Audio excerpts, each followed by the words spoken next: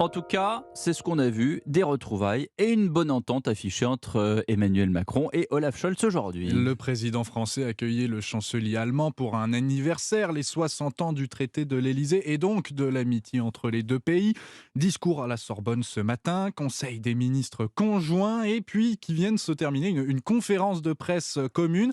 Jacques Serret, bonsoir. Bonsoir. Les grandes lignes de la future coopération franco-allemande. Eh bien, les deux dirigeants étaient attendus sur un point en particulier. Kiev presse Berlin d'envoyer des chars Léopard 2 et exhorte Paris à acheminer des chars Leclerc. Réponse ce soir du président français.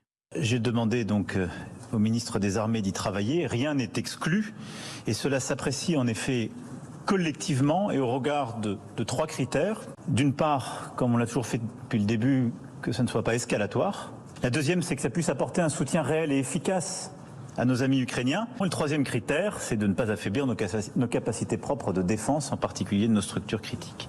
Nous aurons un travail à conduire dans les jours, dans les semaines qui viennent, explique Emmanuel Macron, alors qu'Olaf Scholz insiste sur le fait que la guerre risque de durer longtemps en Ukraine. Notre objectif est le même, c'est bien celui d'une Europe plus souveraine, plus unie, plus solidaire, insiste le locataire de l'Élysée.